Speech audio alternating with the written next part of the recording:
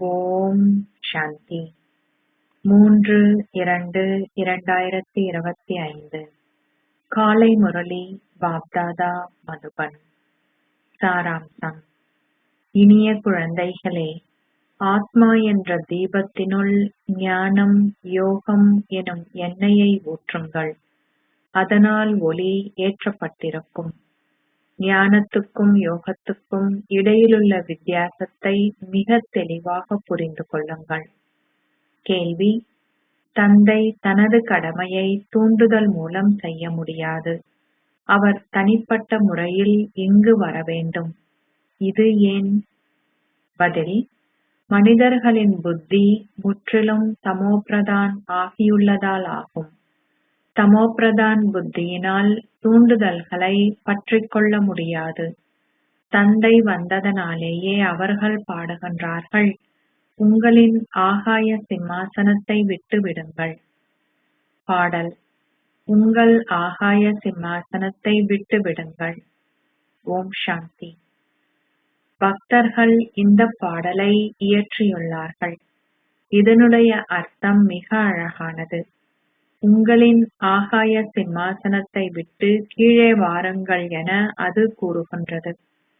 எவ்வாறாயினும் ஆகாயம் இங்கே இந்த வசிப்பிடத்திலேயே உள்ளது. ஆகாயத்திலிருந்து எவரும் வருவதில்லை. அவர்கள் ஆகாயத்தில் இருக்கும் சிம்மாசனத்தை பற்றி பேசுகின்றார்கள். இப்பொழுது நீங்கள் ஆகாய தத்துவத்தின் கீழ் வசிக்கின்றீர்கள். ஆனால் தந்தையோ மகத்தான ஒளி தத்துவத்தில் வசிக்கின்றார். அது ஆத்மாக்கள் வசிக்கின்ற பிரம்ம தத்துவம் என்றும் மகத்தான ஒளி தத்துவம் என்றும் அழைக்கப்படுகின்றது. ஆகையால் தந்தை நிச்சயமாக அங்கிருந்துதான் வருகின்றார். எவராவது வர வேண்டும். அவர்கள் பாடுகின்றார்கள், எங்களுக்கு ஒளியேற்ற வாருங்கள். குருடர்களின் குருட்டு குழந்தைகளும் ஞானமுள்ளவரின் ஞானம் பெற்ற குழந்தைகளும் உள்ளனர் என்பது நினைவு கூறப்படுகின்றது. திருதராஷ்டிரன், யுதிஷ்டிரன் என்ற பெயர்கள் அடையாளங்களாகும். அவர்கள் ராவணனின் குழந்தைகள். ராவணன் மாயையாகும். நீங்கள் இறை புத்தியை கொண்டிருக்கின்றீர்கள். ஏனையோர் அசுர புத்தியை கொண்டுள்ளார்கள். தந்தை இப்பொழுது உங்கள் புத்தியின் பூட்டை திறக்கின்றார். ஆனால் ராவணன் பூட்டை பூட்டுகின்றான். ஒருவர் எதையுமே புரிந்து கொள்ளாத போது அவர் கல்புத்தி கொண்டவர் என கூறப்படுகின்றது. தந்தை உங்களின் தீபங்களை ஏற்றுவதற்கு இங்கு வந்துள்ளார். அவர் தூண்டுதல் மூலம் எதையும் செய்வதில்லை. சதோ பிரதானாக இருந்த ஆத்மாக்களின் பலம் இப்பொழுது முற்றாக குறைவடைந்து விட்டது. அவர்கள் தமோபிரதான் ஆகிவிட்டார்கள். அவர்களது பிரகாசம் குறைந்துவிட்டது. ஒருவர் மரணிக்கும் தருவாயில் அவர்கள் ஒரு தீபத்தை ஏற்றுகின்றார்கள். அவர்கள் ஏன் தீபத்தை ஏற்றுகின்றார்கள்? ஏனெனில் ஒரு தீபத்தை ஏற்றும் பொழுது ஆத்மா இருளிலே இருப்பதில்லை என அவர்கள் நம்புவதால் தீபத்தை ஏற்றுகின்றார்கள். அவர்கள் இங்கே தீபத்தை ஏற்றும் பொழுது அங்கே எவ்வாறு ஒளி இருக்க முடியும்? அவர்கள் எதையுமே புரிந்து கொள்வதில்லை. நீங்கள் இப்பொழுது விவேகமான புத்தியை கொண்டவர்கள் ஆகுகின்றீர்கள். தந்தை கூறுகின்றார், நான் இப்பொழுது உங்களை சுத்தமான புத்தியுள்ளவர்களாக ஆக்குகின்றேன். நான் ஞானம் எனும் எண்ணெயை உங்களுக்குள் ஊற்றுகின்றேன். ஞானமும் யோகமும் இரு வேறுபட்ட விஷயங்கள் என நீங்கள் புரிந்து கொள்ள வேண்டும். அவர்கள் கூறுவது போன்று யோகம் என்பது ஞானமாக இருக்க முடியாது. கடவுள் வந்து என்னை நினைவு செய்யுங்கள் என்று கூறி இந்த ஞானத்தை கொடுத்ததாக சிலர் நினைக்கின்றார்கள். எவ்வாறாயினும் அதனை ஞானம் என்று அழைக்கக்கூடாது. இங்கே தந்தையும் குழந்தைகளும் இருக்கின்றார்கள். அவர் உங்களுடைய பாபா என குழந்தைகளாகிய உங்களுக்கு தெரியும். அதிலே ஞானம் என்ற கேள்வி இல்லை. இந்த ஞானம் விரிவானது. ஆனால் அதுவோ நினைவு மட்டுமே. தந்தை கூறுகின்றார், என்னை நினைவு செய்யுங்கள், அவ்வளவே. இது பொதுவான விஷயம். அதை ஞானம் என அழைக்கக்கூடாது. ஒரு குழந்தை பிறந்த பின்னர் நிச்சயமாக தனது லௌகீக தந்தையை நினைவு செய்வார். ஞானம் விரிவானது. தந்தை கூறுகின்றார், என்னை நினைவு செய்யுங்கள். ஆனால் அது இந்த ஞானம் அல்ல. நீங்கள் ஓர் ஆத்மா என்றும் உங்களுடைய தந்தை பரமாத்மா கடவுள் என்பதையும் உங்கள் ஒவ்வொருவராலும் புரிந்து கொள்ள முடியும். இதை ஞானம் என்று அழைக்க முடியுமா? அவர்கள் தந்தையை அழைக்கின்றார்கள். ஞானம் என்றால் இந்த ஞானம். உதாரணமாக, ஒருவர் MA அல்லது BA கற்கும் பொழுது அதற்குரிய அறிவை கொண்ட பல புத்தகங்களை படிப்பதற்காக வைத்திருப்பார். தந்தை கூறுகின்றார், நீங்கள் என்னுடைய குழந்தைகள். நான் உங்களுடைய தந்தையாவேன். என்னுடன் மாத்திரம் யோகம் செய்யுங்கள். அதாவது என்னை மாத்திரம் நினைவு செய்யுங்கள். இந்த நினைவு ஞானம் என்று அழைக்கப்படுவதில்லை. எவ்வாறாயினும் ஆத்மாக்களாகிய நீங்கள் என்னுடைய குழந்தைகளே. ஆத்மாக்களாகிய நீங்கள் ஒருபோதும் அழிவதில்லை. ஒருவர் மரணிக்கும் பொழுது அவர்கள் அந்த ஆத்மாவை அழைக்கின்றார்கள். அவரது சரீரம் அழிந்துவிடும். எவ்வாறு அந்த ஆத்மா தனக்கு படைக்கப்பட்ட உணவை உண்ண முடியும்? பிராமண புரோகிதரே அந்த உணவை உண்கின்றார். எவ்வாறாயினும் அவை பக்தி மார்க்க சம்பிரதாயமாகும். நாங்கள் கூறுகின்றோம் என்பதால் பக்தி மார்க்கம் ஒரு முடிவுக்கு வரும் என்றில்லை. அது தொடர்ந்தும் இருக்கும். ஓர் ஆத்மா ஒரு சரீரத்தை விட்டு இன்னொன்றை எடுக்கும்.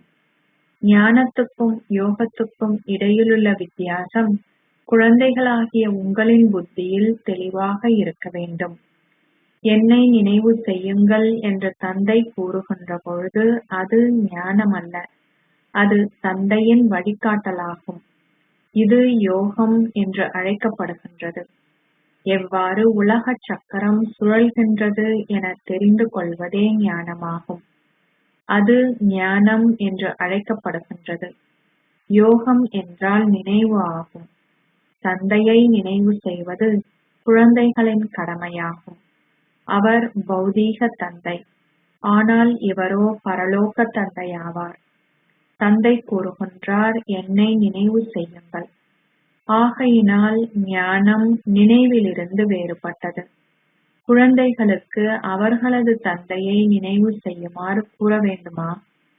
ஒரு குழந்தை பிறப்பு எடுத்தவுடன் அவருடைய லௌகீக தந்தையை அவர் நினைவு செய்கின்றார். இங்கே உங்களுக்கு தந்தையை நினைவூட்ட வேண்டியுள்ளது. இந்த நினைவிற்கே அதிகளவு முயற்சி தேவையாக உள்ளது. உங்களை ஓர் ஆத்மாவாக கருதி தந்தையை நினைவு செய்யுங்கள். இந்த பணிக்கு பெருமளவு முயற்சி தேவை. இதனாலேயே பாபா கூறுகின்றார், உங்களால் தொடர்ச்சியாக யோகத்தில் நிலைத்திருக்க முடிவதில்லை. தாம் பாபாவை நினைவு செய்ய மறந்துவிட்டதாக குழந்தைகள் பாபாவுக்கு எழுதுகின்றார்கள். அவர்கள் ஞானத்தை மறந்துவிட்டதாக ஒருபோதும் கூறுவதில்லை. ஞானம் மிக இலகுவானது. நினைவு ஞானமாக இருக்க முடியாது. இந்த நினைவிலேயே மாயையின் புயல்கள் பல வருகின்றன. சிலர் இந்த ஞானத்தில் மிகவும் திறமைசாலிகளாக இருந்து மற்றவர்களுக்கும் மிக நன்றாக ஞானத்தை கொடுக்கின்ற போதிலும் பாபா உங்கள் அனைவரையும் நினைவு அட்டவணையை எழுதுமாறு கேட்கின்றார். எவ்வளவு நேரம் நீங்கள் நினைவில் நிலைத்திருந்தீர்கள்? நீங்கள் வைத்திருக்கும் பாபாவின் நினைவின் சரியான அட்டவணையை அவருக்கு காட்டுங்கள். நினைவே பிரதான விஷயமாகும். வந்து எங்களை தூய்மையாக்குங்கள் என தூய்மையற்றவர்களே அழைக்கின்றார்கள். தூய்மையாகுவதே பிரதான விஷயமாகும். இதிலேயே மாயை தடைகளை உருவாக்குகின்றாள். கடவுள் சிவன் பேசுகின்றார், அனைவரும் நினைவிலேயே பலவீனமாக இருக்கின்றார்கள். ஞானத்தை மிக நன்றாக பேசக்கூடிய மிக நல்ல குழந்தைகள் நினைவில் முற்றிலும் பலவீனமாக இருக்கின்றார்கள். யோகம் செய்வதினால் மாத்திரமே உங்கள் பாவங்கள் அழிக்கப்படும். யோகம் செய்வதன் மூலமே உங்கள் புலன் அங்கங்கள் முற்றிலும் குளிர்மையாகவும் அமைதியாகவும் ஆகுகின்றன. பின்னர் ஒரு பாபாவை தவிர வேறு எவரையும் நினைவு செய்ய மாட்டீர்கள். எவருடைய சரீரத்தின் நினைவும் இருக்க மாட்டாது. இந்த முழு உலகமும் அழியப் போகின்றது என ஆத்மாக்களாகிய உங்களுக்கு தெரியும். இப்பொழுது நாங்கள் வீடு திரும்ப இருக்கின்றோம். பின்னர் நாங்கள் இங்கே எங்கள் ராஜ்யத்துக்கு இறங்கி வருவோம். இது சதா உங்கள் புத்தியில் இருக்க வேண்டும். ஆத்மாக்களாகிய நீங்கள் பெற்ற ஞானத்தை உங்களுக்குள்ளே வைத்திருக்க வேண்டும். தந்தை யோகத்தின் பிரபு ஆவார். அவரே நினைவை கற்பிப்பவர். உண்மையில் அவர்கள் கூறுவது போல் கடவுள் யோகேஸ்வரராக, அதாவது யோகத்தின் பிரபுவாக இருக்க முடியாது. நீங்களே யோகேஸ்வரர்கள். கடவுள் தந்தை கூறுகின்றார், என்னை நினைவு செய்யுங்கள். கடவுளாகிய தந்தையே உங்களுக்கு நினைவை கற்பிக்கின்றார். அந்த அசரீரியான தந்தை இந்த சரீரத்தின் மூலம் பேசுகின்றார். குழந்தைகளாகிய நீங்கள் உங்கள் சரீரத்தின் மூலம் அவரை செவிமடுக்கின்றீர்கள். உங்களில் சிலர் யோகத்தில் மிகவும் பலவீனமானவர்களாக இருக்கின்றீர்கள். நீங்கள் சற்றேனும் நினைவை கொண்டிருப்பதில்லை. ஆகையினால் பல பிறவிகளின் மூலம் செய்யப்பட்ட பாவங்கள் அனைத்திற்குமான தண்டனையை அனுபவம் செய்ய வேண்டும். இங்கே வந்து பின்னர் பாவம் செய்தவர்கள் 100 மடங்கு தண்டனையை அனுபவம் செய்வார்கள். அவர்கள் பெருமளவு ஞானத்தை பேசிய போதிலும் அவர்கள் முழுமையான யோகத்தை கொண்டிராததினால் அவர்களது பாவங்கள் அழிக்கப்பட மாட்டாது. அவர்கள் பலவீனமாக இருக்கின்றார்கள். இதனாலேயே 8 மணிகளினாலேயே உண்மையான மாலை உருவாக்கப்படுகின்றது. 9 ரத்தினங்கள் நினைவு கூறப்படுகின்றன. நீங்கள் 108 ரத்தினங்கள் பற்றி கேள்விப்பட்டதுண்டா? எவருமே 108 ரத்தினங்களை கொண்ட ஆபரணங்களை செய்வதில்லை. இந்த விஷயங்களை பலர் புரிந்து கொள்வதில்லை. நினைவு செய்வதை ஞானம் என்று அழைக்க முடியாது. உலக சக்கரமே ஞானம் என்று அழைக்கப்படுகின்றது. புராணங்களிலே எந்தவிதமான ஞானமும் இல்லை. அந்த புராணங்கள் பக்தி மார்க்கத்துக்கு சொந்தமானவை. தந்தை கூறுகின்றார், அவற்றின் மூலம் நீங்கள் என்னை அடைய முடியாது. சாது சந்நியாசிகள் அனைவரையும் ஈடேற்றவே நான் வந்திருக்கின்றேன். அவர்கள் நீர் குமிழிகள் நீரில் கலந்து விடுகின்ற உதாரணத்தை கூறி பிரம்ம தத்துவத்துடன் இரண்டர கலந்து விடுவதாக நம்புகின்றார்கள். ஆத்மாக்களாகிய நீங்கள் இதை கூறுவதில்லை. ஆத்மாக்களாகிய நீங்கள் தந்தையின் குழந்தைகள் என புரிந்து கொள்கின்றீர்கள். என்னை மாத்திரம் நினைவு செய்யுங்கள் என்ற வார்த்தையை அவர்கள் பயன்படுத்துகின்றார்கள். ஆனால் அதன் அர்த்தத்தை அவர்கள் புரிந்து கொள்வதில்லை. அவர்களும் ஆத்மாக்கள் என்று கூறுகின்றார்கள். ஆனால் அவர்களிடம் ஆத்மா என்றால் என்ன அல்லது பரமாத்மா என்றால் என்ன என்ற ஞானம் நிச்சயமாக இல்லை. தந்தை மாத்திரமே வந்து இந்த ஞானத்தை கொடுக்கின்றார். அது ஆத்மாக்களின் வீடு என இப்பொழுது நீங்கள் புரிந்து கொள்கின்றீர்கள். முழு வம்சாவழி விருட்சமும் இங்கேயே இருக்கின்றது. ஒவ்வொரு ஆத்மாவும் அவருடைய சொந்த பாகத்தை பெற்றுள்ளார். யார் சந்தோஷத்தை கொடுப்பது, யார் துன்பத்தை கொடுப்பது என எவருக்குமே தெரியாது. பக்தி இரவும் ஞானம் பகலும் ஆகும். நீங்கள் 63 பிறவிகளாக அலைந்து திரிந்தீர்கள். பின்னர் நான் வந்து ஞானத்தை கொடுக்கின்றேன். ஆனால் அதற்கு எவ்வளவு காலம் எடுக்கின்றது? ஒரு செகண்ட் மாத்திரமே. ஜீவன் முக்தி ஒரு செகண்டில் பெறப்பட்டது என்பது நினைவு கூறப்படுகின்றது. தூய்மையாக்குபவராகிய அவரே உங்களுடைய தந்தையாவார். அவரை நினைவு செய்வதன் மூலம் நீங்கள் தூய்மையாகுகின்றீர்கள். சத்திய, திரேதா, துவாபர, கலியுகங்களின் சக்கரம் இருக்கின்றது. அவர்கள் இந்த பெயர்களை தெரிந்துள்ளார்கள். ஆனால் எவருக்குமே அவற்றின் கால வரையறை தெரியாதளவுக்கு பல்லு புத்தியை கொண்டுள்ளார்கள்.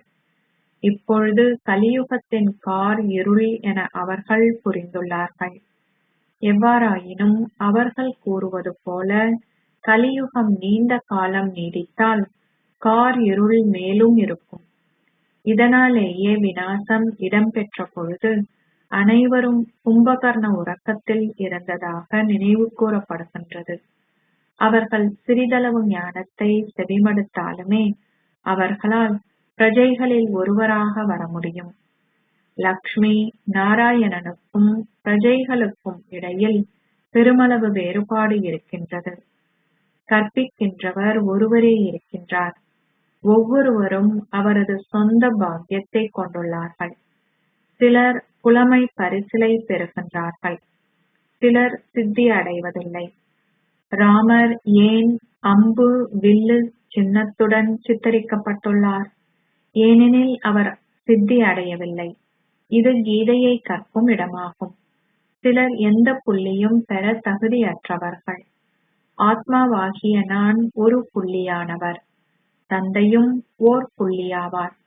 இவ்வாறே நீங்கள் அவரை நினைவு செய்ய வேண்டும். இந்த விஷயத்தை புரிந்து கொள்ளாதவர்கள் என்ன அந்தஸ்தை பெற முடியும்?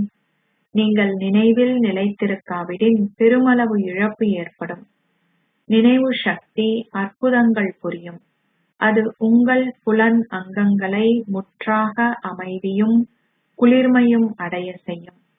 அவை ஞானத்தின் மூலம் அமைதி அடைவதில்லை, யோக சக்தியின் மூலமே அமைதி அடைகின்றன. வந்து கீதையின் ஞானத்தை எங்களுக்கு கொடுங்கள் என பாரத மக்கள் அழைக்கின்றார்கள். ஆனால் யார் வருவார்? ஸ்ரீ கிருஷ்ணருடைய ஆத்மா இங்கு இருக்கின்றார். நீங்கள் அவரை அழைப்பதற்கு மேலே எவரும் சிம்மாசனத்தில் இருப்பதில்லை. சிலர் தாங்கள் கிறிஸ்துவின் ஆத்மாவை நினைவு செய்வதாக கூறுகின்றார்கள். ஆனால் அந்த ஆத்மா இங்கேயே இருக்கின்றார். கிறிஸ்துவின் ஆத்மா இதுவரை வீடு திரும்பாமல் இங்கேயே இருக்கின்றார் என்பதையும் அவர்கள் புரிந்து கொள்வதில்லை. லக்ஷ்மி நாராயணனின் ஆத்மாக்களே முதல் எண்ணில் இருப்பவர்கள். அவர்களே முழுமையாக 84 பிறவிகள் எடுத்தவர்கள். அவர்களே இன்னமும் வீடு திரும்பவில்லை. எனவே மற்றவர்கள் எப்படி வீடு திரும்ப முடியும்? இவை அனைத்தையும் கணக்கிட முடியும். மனிதர்கள் கூறுபவை அனைத்தும் பொய்யே. முதலில் அரை கல்பத்துக்கு சத்திய தாமமும் அடுத்த அரை கல்பத்துக்கு பொய்யான பூமியும் இருக்கின்றது. அனைவரும் நரகவாசிகள் எனவும் மீண்டும் ஒரு முறை பாரதவாசிகள் ஸ்வர்க்கவாசிகள் ஆகுவார்கள் எனவும் நீங்கள் இப்பொழுது அனைவருக்கும் விளங்கப்படுத்த வேண்டும். அவர்கள் பலவிதமான வேதங்கள், புராணங்கள், உபநிடதங்கள் போன்றவற்றை கற்றுள்ளார்கள். அதை கற்பதன் மூலம் அவர்களால் முக்தியை பெற முடியுமா? அவர்கள் தொடர்ந்தும் கீழேயே வர வேண்டும்.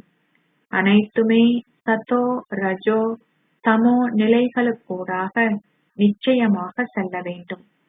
புதிய உலகம் என்று அழைக்கப்படுகின்ற இடத்தை பற்றிய ஞானம் எவரிடமும் இல்லை.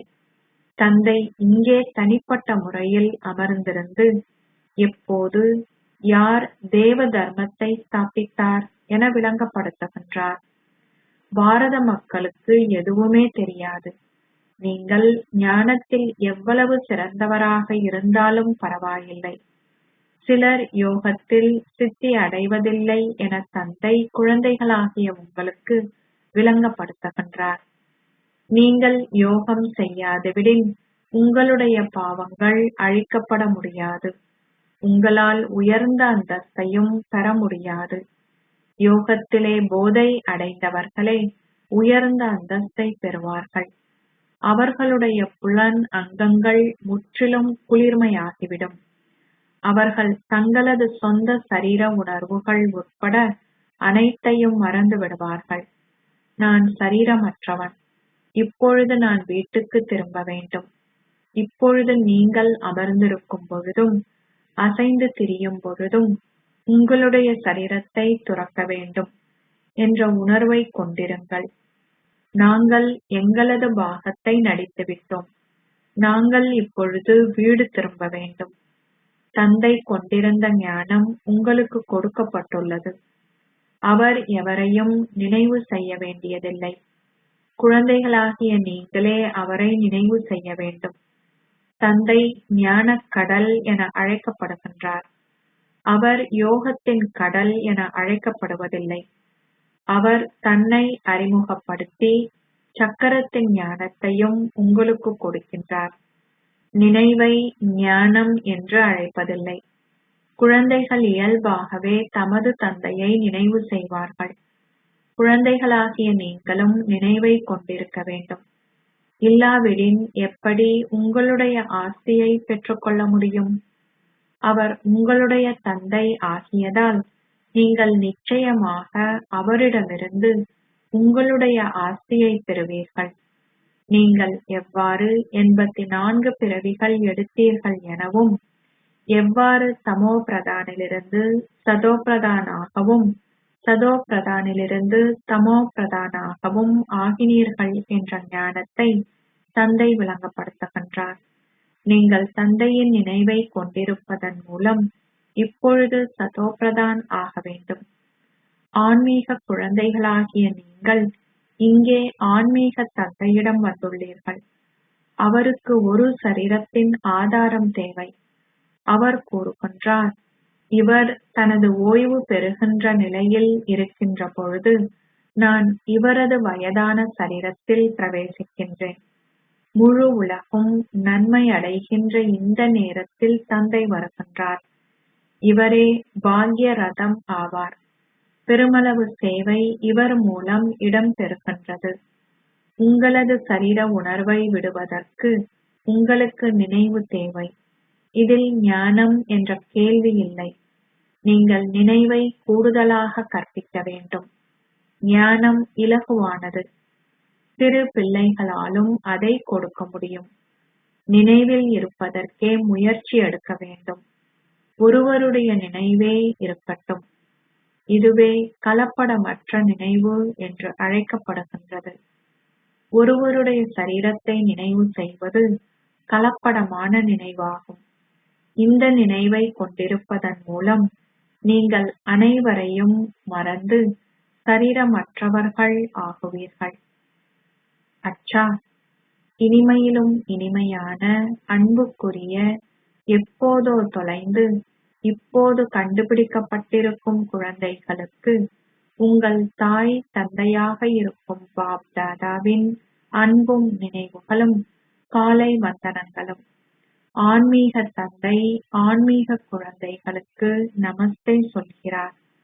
ஆன்மீக குழந்தைகள் ஆன்மீக தந்தைக்கு நமஸ்தே சொல்கின்றனர். தாரணைக்கான சாராம்சம். 1. நினைவு சக்தி மூலம் உங்களுடைய புலன் அங்கங்களை குளிர்மையாகவும் அமைதியாகவும் ஆக்குங்கள்.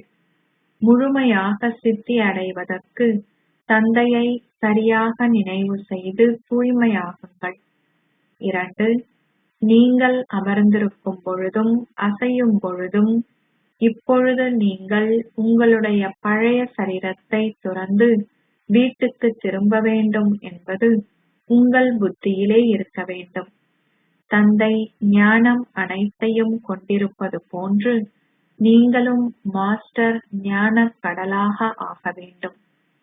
ஆசீர்வாதம்.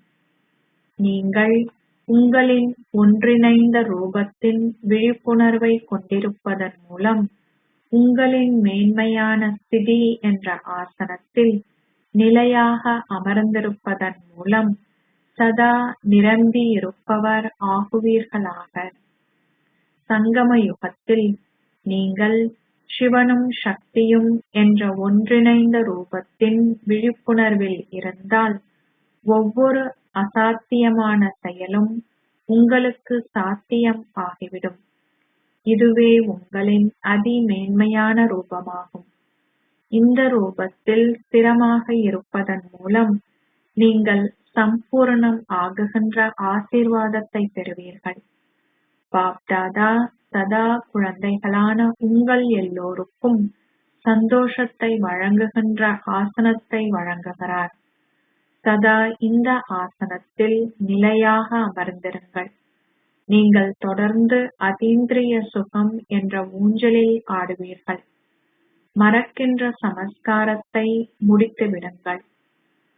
ஸ்லோகம்: உங்களின் சக்தி வாய்ந்த மனோபாவத்தின் மூலம் ஆத்மாக்களை தகுதியானவர்களாகவும் யோகிகளாகவும் ஆக்குங்கள். ஏகாந்தத்தில் அன்பு வைத்து ஒற்றுமையையும் ஒருமுகப்படுத்தலையும் கிரகியுங்கள். உங்களிடம் ஏற்றுக்கொள்ளும் சக்தி இருக்கும்போது ஒரே வழிகாட்டல் என்ற சூழல் உருவாக்கப்படும். எனவே வேறுபாடுகள் அனைத்தையும் ஏற்றுக்கொள்ளுங்கள். அப்போது மட்டுமே உங்களால் ஒற்றுமைக்கு நெருக்கமாக வந்து எல்லோரின் முன்னாலும் ஓர் உதாரணம் ஆக முடியும். பிராமண குடும்பத்தின் சிறப்பியல்பு என்னவென்றால் பலர் இருந்தாலும் ஒற்றுமையாக இருப்பதே ஆகும். ஒற்றுமையின் இந்த அதிர்வலைகள் முழு உலகிலும் ஒரு தர்மத்தையும் ஓர் ராஜ்யத்தையும் ஸ்தாபிக்கும்.